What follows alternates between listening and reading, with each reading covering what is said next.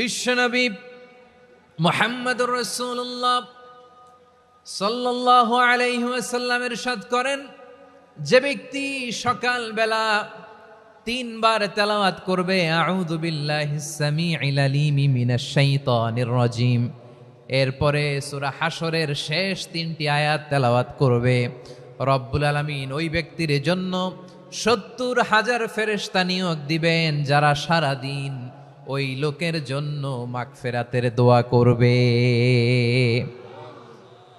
শুধু এখানেই শেষ নয়, বিশ্বনবী ফরমান ওয়া ইন মাতা ফি যালিকাল ইয়াউমি মাতা শাহীদান, ওই দিন যদি ওই ব্যক্তিটা ইন্তেকাল করে সে শহীদ হয়ে কিয়ামতের দিন আল্লাহর সামনে দাঁড়াবে।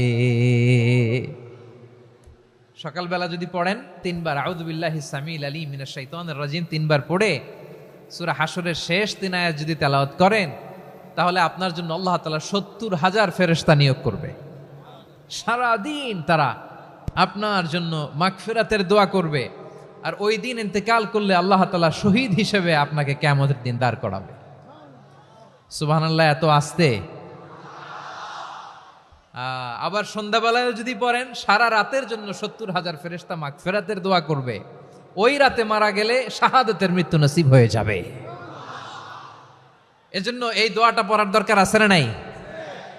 আযকারুস সাবাহি ওয়াল মাসা, সকাল সন্ধ্যার যে জিকির, এই জিকিরের অন্তর্ভুক্ত করে নেবেন এই ওয়াজিফাটা।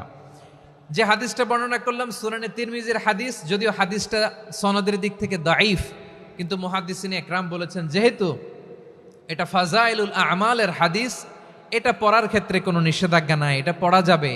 সো সকাল সন্ধ্যা যদি সুযোগ হয় এই ওয়াজিফাটা যেন আমরা পড়ি।